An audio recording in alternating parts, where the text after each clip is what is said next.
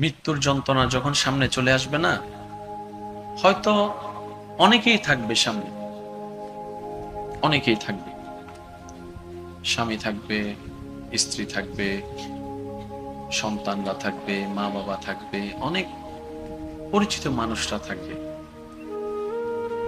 এই এতগুলা মানুষের সামনেই আজরাইল কিন্তু আমাদের রুটা নিয়ে যাবে, সবাই তাকিয়ে থাকা ছাড়া আর কিছুই করতে পারবে না। আমাদের মন, আমাদের আত্মা, আমাদের হৃদয় চিৎকার দিয়ে বলবে, মা কিছু একটা করো না, ওমা আমি না তোমার কলিজার টুকরা, আমার নিঃশ্বাস নিতে কষ্ট হচ্ছে মা, আমার কেমন জানি দম বন্ধ হয়ে আসছে,